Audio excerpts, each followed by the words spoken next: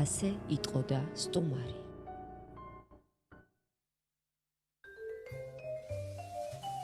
მაშასე ძვირფასო რადიო მსმენელებო და ახლა უკვე ინტერნეტ მაყურებლებო ჩვენ ლაივ სტრიმშიც გავდივართ პირდაპირ ეთერში ჩვენ გადაცემა არტერია ბრუნდება თავისი შემდეგი ბლოკით ეს არის უკვე სტუმრის ნაწილი ჩვენი გადაცემის სტუმარია ლადო მესხიშვილის სახელობის სახელმწიფო დრამატული თეატრის წამყვანი მსახიობი ქალბატონი ენდი ძიძავა რომელიც ამასთან არის რადიოს მეგობარი, თუმცა დღეს იგი არ არის მხოლოდ როგორც მეგობარი, ეს არ არის არც რაღაც საახალწლო გადაცემა, არც რაღაც საიუბილეო გადაცემა, ეს კონკრეტული ფაქტი, სასიხარულო ფაქტი ჩვენთვის მინდა უთხრა რადიო მსმენელებს, რომ მსახიობის ცხოვრებაში საკმაოდ საინტერესო მომენტია, ჯერ ზოგადად ფილმში გადაღება არის ძალიან კარგი მომენტი და წარმატება თავისთავად ფილმში, რომელშიც ქალბატონი ენძიძავა გადაიღეს წარდგენილია ბერლინალეზე, ბერლინში ფესტივალი, ახლა რამდენიმე ხანში, სულ რაღაც 10 დღეში,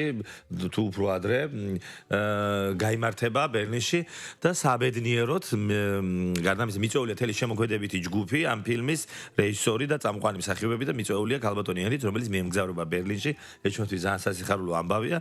მოდი დავიწყოთ იმით, ენდი, რა ფილმია, ვინ გადაიღო, სად გადაიღო, რა მოხდა, მოგვიყვებით ფილმის შესახებ. მივიდეთ ნელა ბერლინამდე.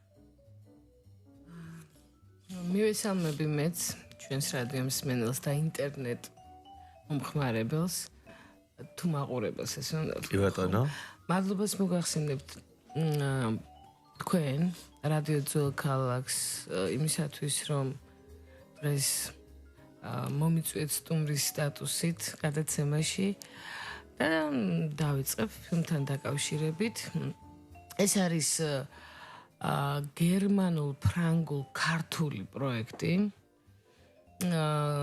რეჟისორი არის გერმანელი სიმონ გროსი.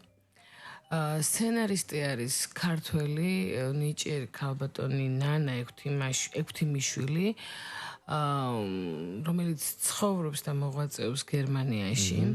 დაგითხრათ, სცენარმა, რომელიც იყო წარდგენილი დაფინანსებაზე, ესე ვთქვათ, გაიტანა გრან-პრი.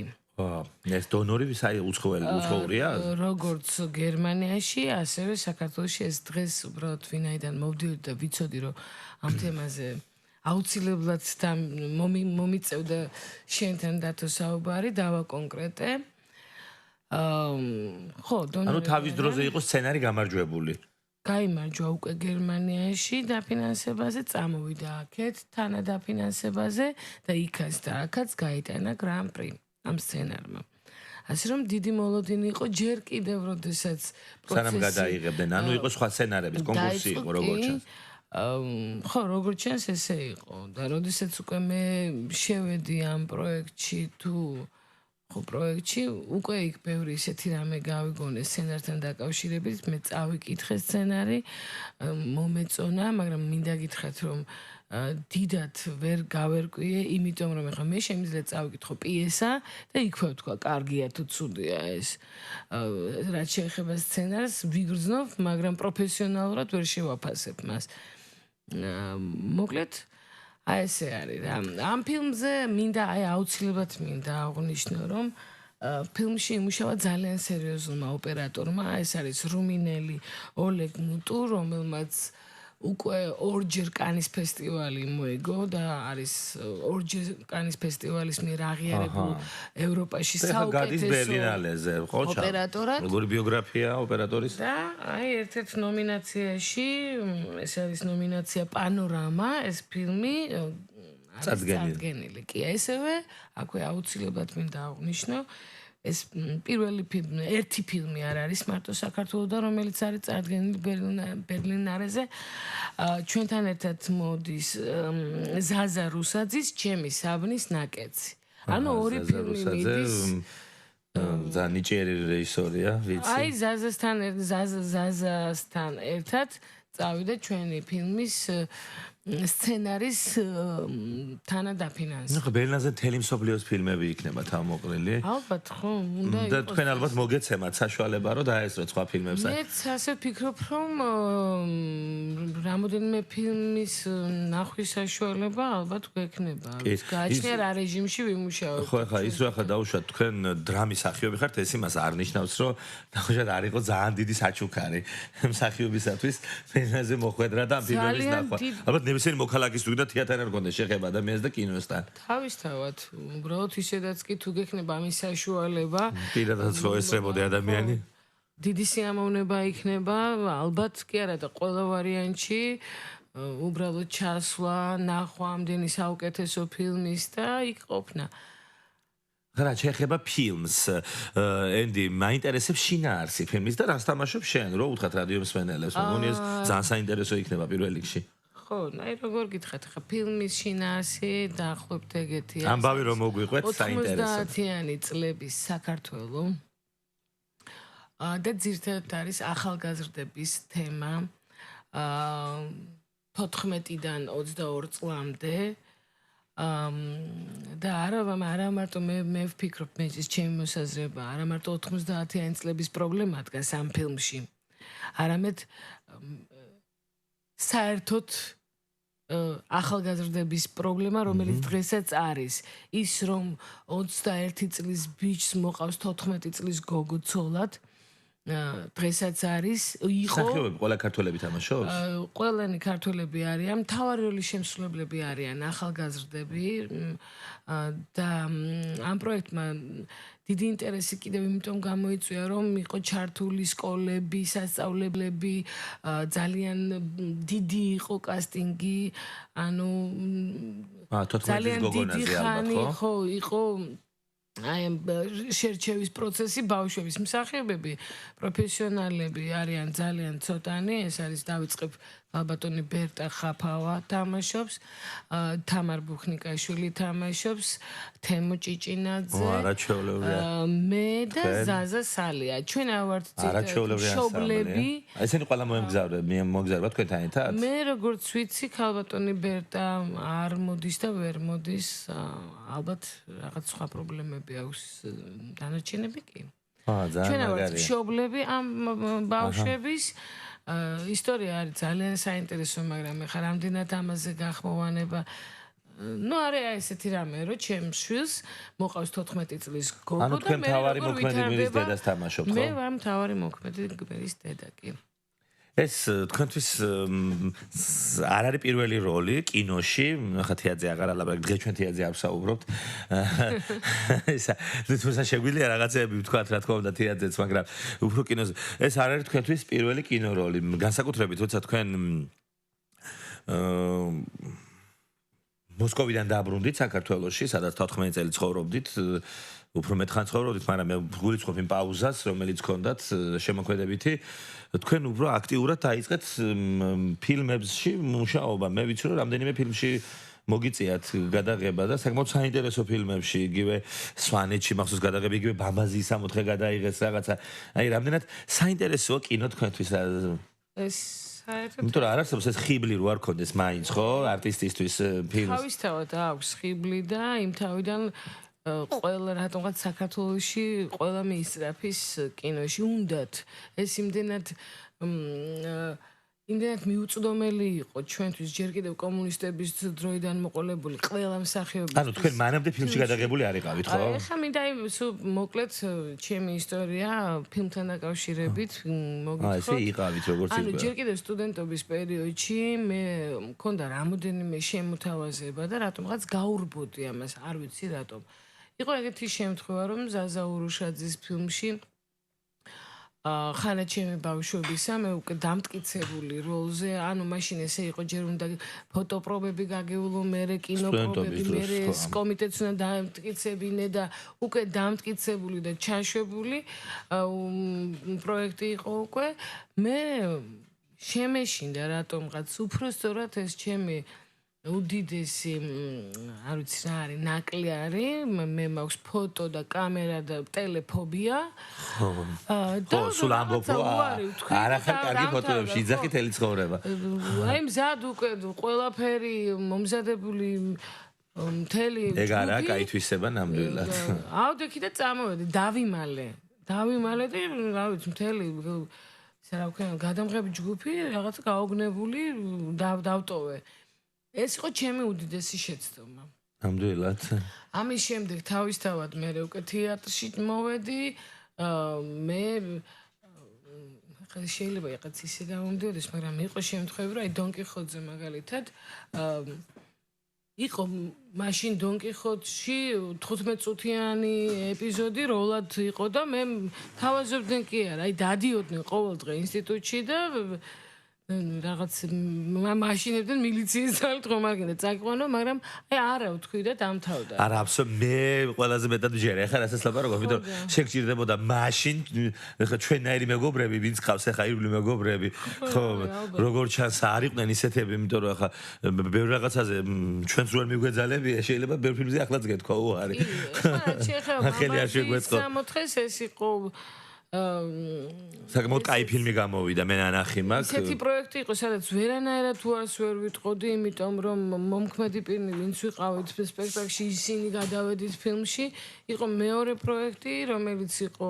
სტუდენტური პროექტი და იქაც მართლა მთხოვეს და ეს თბილისში რო გადავედით აი ეს სვანეთში გადაღებული ფილმი ვერაფრით უარი ვერ ვთქვი და აი ეს ის შემთხვევა იყო სადაც პირველად სხვათა შორის გიორგი შენგელაიასთან ჯერ არ დაწყებულა იმ ფილმზე გადაღება და არ ვიცი კიდე დაიწყება თუ არა, მაგრამ როდესაც მქონდა შემოთავაზება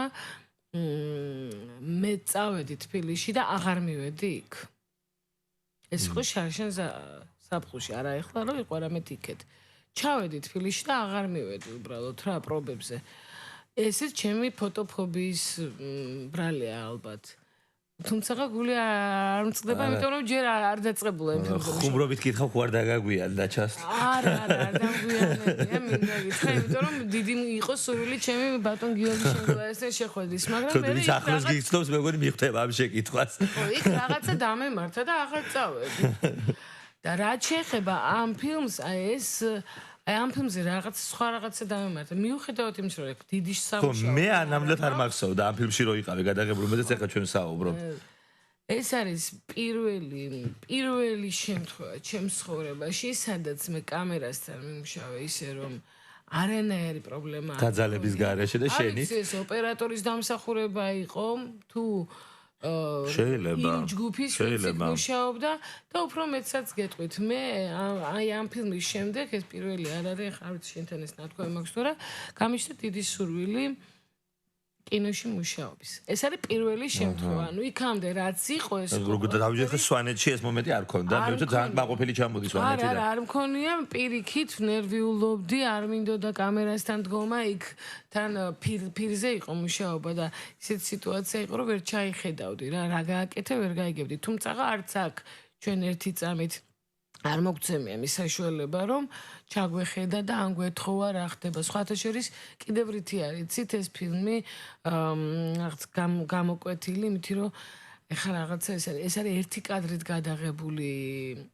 ფილმი ანუ აქ ერთი კადრით რას ნიშნავს უკაცრა კამერა როდესაც ჩაერთება ხო აღარ ჩერდება ანუ ერთი კადრით მიდის გადაღება რამდენ წუთიანიც არ უნდა იყოს ეპიზოდი ეს ძალიან მნიშვნელოვანია პანორამულად იღებს ესე იგი ხო ესე რა ქვიან აი რთული პროცესი ყოფილა ეს ხო მაგრამ ამას გამდით ხო წინასწარ ალბათ ის არა თავისთავად რეპეტიცია იყო მაგრამ რეპეტიციაც კი ერთი კადრით იყო არ არის რამოდენიმე დუბლი აქედან მარჯვნიდან მარცხნიდან მთლიანი ფონი დალნი ხო როგორც არა შორი ახლო ხედი შორი ხედი ერთი კადრით გადაღებული ანუ რაღაც ძალიან მნიშვნელოვანი კი თანამედროვე ესე ეხლა უბრალოდ ფილმები მე უფრო კომპიუტერულად ცვლიან ფონებს ვიდრე კამერას, იმიტომ რომ კამერა იღებს და იღებს ახლა ასე წამოვიდა თანამედროვე გამოწვევები კინოტექნოლოგიების და კაპიტანენდი, ესე იგი, როგორც მე მივხვდი თქვენ უკვე ბოლო რაღაც 2-3 წელიწადში უკვე 3 ფილმი გაქვთ, ხო? თქვენ ანგარიშზე ასე ვთქვათ. და კარგია, როცა ამას ამბობთ, რომ ესე მე სიმართლე გითხრათ, მე არ ვიცი, არც სვანეთის ნამუშევარი, თუმცა ვიცი, რომ ძალიან კაი კოლექტივი იყო იქაც სვანეთში, ძალიან კარგი ის იყო შემოქმედებითი ჯგუფი, ძალიან ძლიერი. ამ ფილმის ნამდვილად არ ვიცოდი, მაგრამ ბამბაზის სამოთხე ნანახი მაქვს.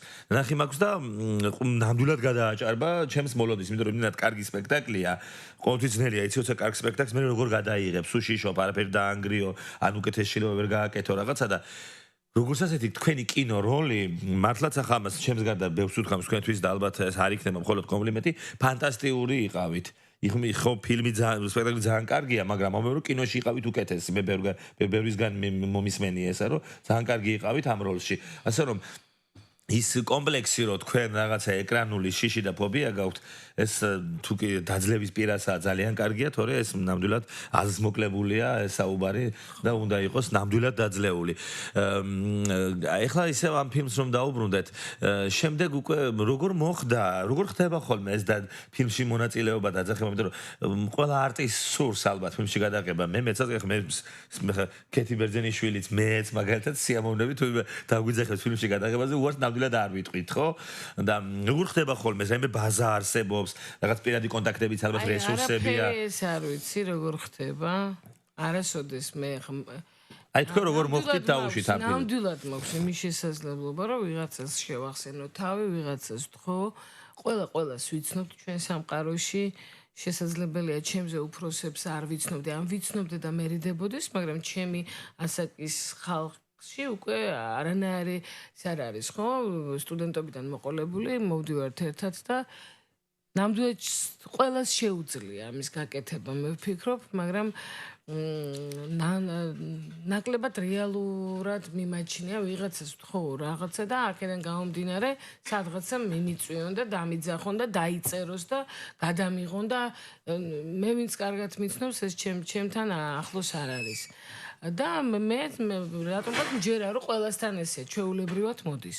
არ ვიცი, აქაც ჩვეულებრივად მოვიდა თავისთავად ხო ვიღაცას გაუგონია რაღაცა. ხო, რა თქმა უნდა, ვიღაცას ურჩევს ვიღაც. ყოველ შემთხვევაში აი არანაირი შეხება არ მქონია იმ ადამიანებთან, ვინც იქ და ისთანაც შემდეგ იმუშავე. უბრალოდ დამირეკეს, თხოვეს, მისვლა, მივედი, ჩვეულებრივად რაღაცა გადაიღეს 10 წუთიანი ეპიზოდი, წამოვედი, რატომღაც სინჯები სრულებით არ მომცემია იმედი, რომ მე დამიძახებდნენ, გავიდა რამოდენიმე დღე, დამირეკეს და მითხრეს, რომ დამამტკიცეს.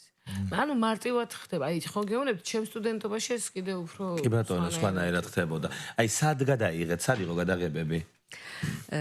დათო აქედან მეც ჩავერთვები მართალია ხა მე ასე ვთქვათ ვიდეო ფორმატით არ ვარ, მაგრამ მხოლოდ აუდიო ფორმატით ხარ ამ გადაცემის გამოდანო კეთილი. მეც მინდა ენდის მივესალმო და ძალიან დიდი მადლობა უთხრა ჩვენთან სტუდიაში მომბრძანებისთვის და უსურო წარმატებები და აუცილებლად მე როგორც წესი ხოლმე Facebook-ზე შემოსულ შეეტყობინებებს ვახმოვანებ და ამ შემთხვევაში მინდა ვთქვა რომ ხვიჩა ვაშაყმაძემ მოგწერა და ჟურნალისტი ხვიჩა ვაშაყმაძე ვაშაყმაძე რომ სასიამოვნოა ქალბატონი ენდის შემოქმედების შესახებ ასეთი დეტალური ინფორმაციის მიღება, ის ნამდვილად კარგი მსახიობია და უსურვებს შემოქმედებით წარმატებებსო.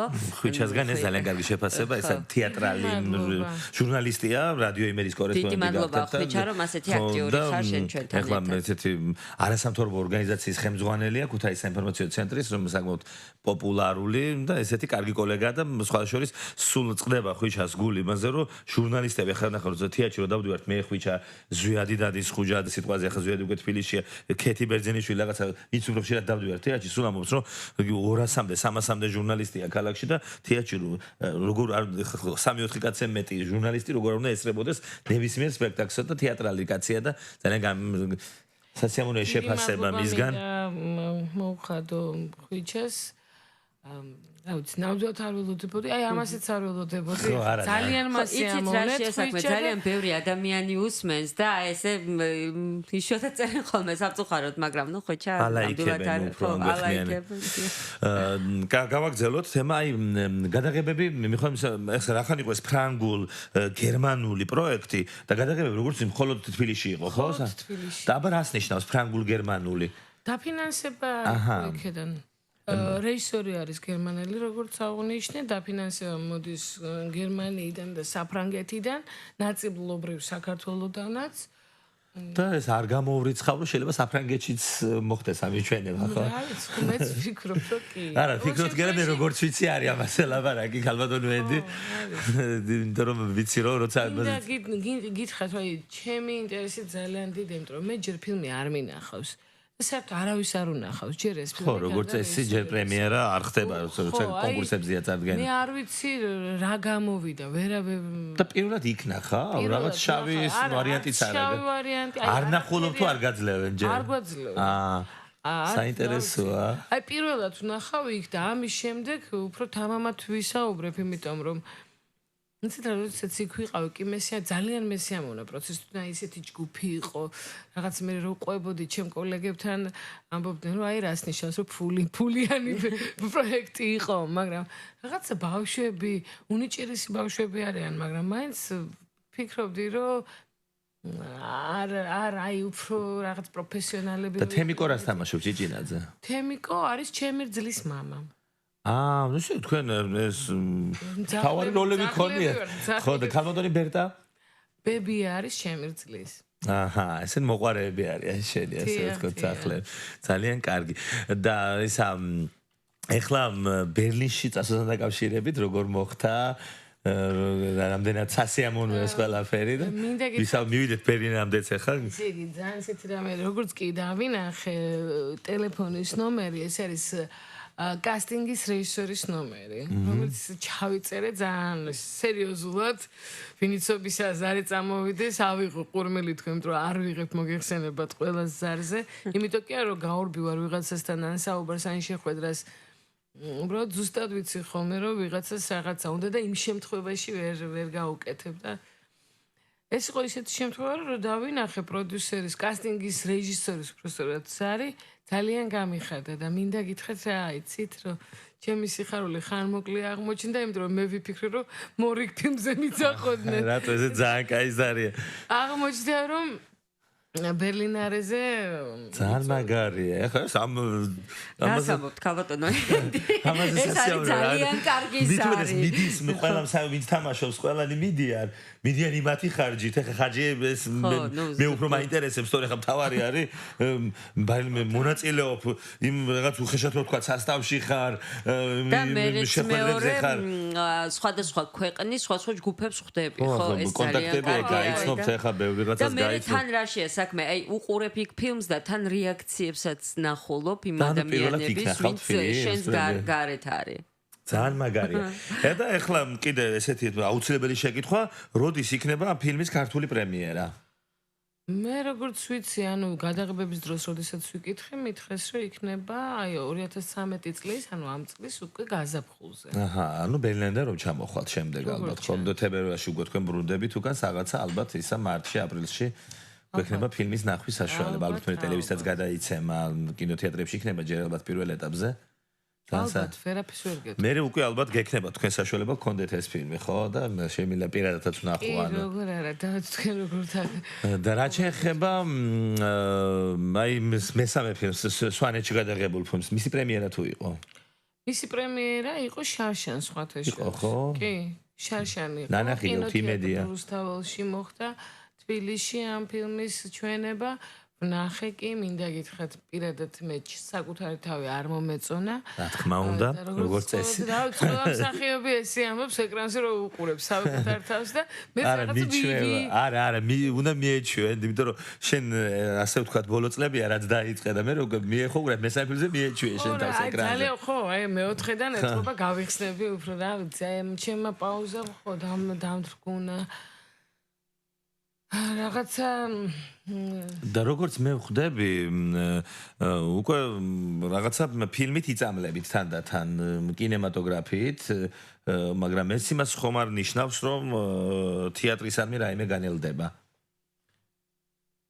არა იცით რა, თეატრისადმი განელებული რო ყოფილიყო 14 წლიანი პაუზის შემდეგ აღარ დაუბრუნდებოდი. საკმაოდ დიდი დრო მქონდა იმისათვის, რომ განელებულიყო არ განელდა, დავბრუნდი, რამდენად სწორი იყო ჩემი გადაწყვეტილება, მე არ ვიცი, მაგრამ ერთი არის, რომ ის რაც მაშინ მაწუხებდა და ჩემთვის რატომაც იყო აუცილებელი თეატრში დაბრუნება, აი ეს პრობლემა მომეხსნა და ეს კერძოდ ჩემი ჯანმრთელობის პრობლემა იყო, ჩემმა მეგობრებმა და ახლობლებმა ძალიან ახლობლებმა იციან. მე ძალიან ცუდად მქონდა ნერვიული სისტემა მაშინ, ძალიან დეპრესიული ვიყავი, ჩემთვის აუცილებელი იყო თვითრეალიზაცია, იქ სადაც იმ საქმეში რაც მე კარგად ვიცოდი და პირველი და მნიშვნელოვანი მომენტი იყო ეს, რომ აი ამის გამო დავბრუნდი. თუ გინდ უმნიშვნელო ყოფილიყო ჩემთვის იმ პერიოდისთვის, მაგრამ მე აუცილებლად უნდა თეატრში დავბრუნებულიყავი, რომ გამთავისუფლებულიყავი იმ სცენისგან, რაც მე მაშინ ჭირდა და მინდა გითხრათ, რომ კი, აბსოლუტურად სწორი იყვნენ ექიმები, რომლებიც მე მკურნალობდნენ და მე ეს ყველაფერი მომეხსნა. არის ხა რაღაცა შიგადაშიგ გამოანათებს ჩემი ეს დაავადება, მაგრამ უკვე ვიცი მისი წამალი რაც არის და ამიტომაც მირჩევნია სხვა რამეებში გადავიდეს ჩემი ნერვის ანშლა, იგივე პროფესიონალური ხაზით იყოს შემოქმედებას თან იყოს ვიდრე ყოფითი და ქალბატონენდი ჩვენ დღეს რაღაც მართლა არ ვისაუბრეთ თეატრზე და ჩვენ წინგირეწინა გვაქვს ამ გადაცემაში ალბათ რამდენიმე თვის შემდეგ ისევ მოგიწევთ და რაღაც დავაგროვებთ ამ როლებს და ერთად ვისაუბრებთ თუმცა მართლაც არ შემიძლია არ ვახსენო უბრალოდ როლების ათვლა დაიწყო რომელიც ახლა დაიდგა მესაშვილის თეატრში და თქვენც თამაშობთ ამ სპექტაკლში მართლა ფანტასტიკური ძალიან კარგი სპექტაკლი გამოვიდა უბრალოდ არ შემიძლია გვერდი აუარო როცა თქვენ ახართ სტუმრად სტუდიაში იმიტომ რომ იქ 7 კაცი თამაშობს მართლა არაჩვეულებრივი გაკეთებული სპექტაკლია. უნდა ითქვას პირველ რიგში ქალბატონი ევა ხუტუნაშვილის, ბატონი გიორგი სიხარულიძის და ნინო სადღობელაშვილის სასიკეთეთ რომ მშვენიერი რაღაც ნამუშევარი შეიქმნა ასევე არაჩვეულებრივი თამაშით თქვენი და თქვენი კოლეგების. ხოლო აჩეხება ისევ კინოს რომ დაუბრუნდეთ და ფინალისკენ წავიყვანოთ დღევანდელი საუბარი უკვე. თუ კიდე რაიმე შემოთავაზება, აი წელს თუ იქნება კიდე მეოთხე ფილმი, თუ იგეგმება, თუ იკვეთება? არა, ჯერჯერობით არავითარი შემოთავაზება არ არის, აბა რა გითხარით, რომ დავინახე კასტინგის რეჟისორის ნომერი თქო, ვიფიქრე რომ მეძახიან თქო, მაგრამ არ არის შემოთავაზება, ერთი არის, რომ უბრალოდ იქ სადაც ვიყავი, ჩემ მცირედ კინო ბიოგრაფიას თუ გადავხედავთ ერთი და იგივეს ამბობს ყველა ოპერატორი, რატომღაც რომ ჩემი სახე ძალიან საინტერესო არის ეკრანისთვის. ძალიან მოსწონთ ჩემი ღარები, მეც ვთვლი რომ საკმაოდ საინტერესოა. და აი აქედან გამომდინარე შესაძლებელია კიდევ იყოს ზარები. მერტმაც ქნას. და ბოლოს როდის მიემგზავრებით ბერლინში და როდის დაბრუნდებით? და პერიოდში ბერლინში მივემგზავრებით 7-დან 8-ში, ანუ ღამით და 12-დან 13-მდე ჩამოვალთ. ანუ ძალიან მალე უკვე სულ რაღაც. ხო, ანუ თვითონ ბერლინარეს ფესტივალი მიდის 7 თებერვალს არის თუ არ ვცდები გახსნა, თუ არ ვიცი 8-ში და 17-ში მთავრდება. მე მქონდა შემოთავაზება, ანუ ვიზის ხანგრძლივობაზე, მაგრამ უარი ვთქვი, იმიტომ რომ ჯგუფთან ერთად მივდივარ და ჯგუფთან ერთად ბრუნდები. ძალიან კარგი. ბერლინე იმართება არაჩვეულებრივ ადგილზე, სონი ცენტრში, ესე ქვია, ანუ ძალიან მე ნამყოფი ვარ, ოღონდ არა ბერლინეზე. ბერლინში ვარ ნამყოფი და რაღაც ის დათვები მაქვს რა ნახი, ბერლინეს დათვები, ყველგან დგას ბერლინში ეს თითქმის. მე გერმანიაში პირველად მივემგზავრები, ხა მინდა. თქვენ გერმანიაში არ ხართ ნამყოფი? რაღაც მახსოვს რომ არა, გერმანიაში არა ვარ. რომ ევროპის ბევრ ქვეყანაში ხართ ნამყოფი, როგორც ვიცი. და მათ ძალიან სასიამოვნოა, ძალიან ლამაზ ქალაქში მიდიხართ, ძალიან მაგარ ადგილზე მიდიხართ და ზოგადად სოფელში სოტარდებოდეს ბერლინის რაღაცა გერმანიის სოფელში, უკვე არის ძალიან მაგარი ბერლინე. ძალიან დიდი მადლობა სტუდიაში მობრძანებისათვის. რაღაცა ძალიან საინტერესო საუბარი გამოვიდა, მე არ მეგონა თუ ჩვენ კინოზე ამდენს ვილაპარაკებით, მაგრამ დააგროვდა სალაპარაკო ნამდვილად, სასევნო სალაპარაკო. მე ვისურვებდი თქვენი შემდეგი სტუმრობა თავისთავად იქნება ეს მომავალ 2013 წლის შემოქმედებით სეზონში ახალ როლებზე, ახალ პერსპექტივებზე და მინდა რომ რაღაც ერთ-ერთი სტუმრობის მიზეზი აუცილებლად იყოს რაღაც ახალი ფილმი მივინარე წელს უკვე ვისურვებდით და ასევე დაველოდებით თქვენს ჩამოსვლას, თქვენს წარმატებებს და შემდეგ უკვე ქართულ პრემიერასაც ამ ფილმისაც, რომელსაც ხო ფილმის სათაური რა არის უკაცრავად. გრძელი ნათელი დღეები. გრძელი ნათელი დღეები, რა მაგარია ეს არ უნდა გვეთქვა. მეგონი ამიტომ დაგვეწყო. გრძელი ნათელი დღეები, საინტერესო სათაურია. ეს სამუშაო მუშა სათაურია თუ? მუშა სათაური არ არის. ნუ საბოლოო სათაურია. საბოლოო სათაური. ძალიან კარგი. ძალიან კარგი. დიდი მადლობა. მე კი რადიო მსმენელებს შევახსენებ, ჩვენი გადაცემის სტუმარი იყო ქალბატონი ენდი ძიძავა, ლადო მესხიშვილის სახელობის სახელმწიფო დრამატული თეატრის მსახიობი. დიდი მადლობა. მადლობთ თქვენ. დიდი მადლობა რადიო მსმენელს და დიდი მადლობა ინტერნეტ მომხმარებელს. დიდი მადლობა კიდევ ერთხელ ხვიჩას. ძალიან კარგი.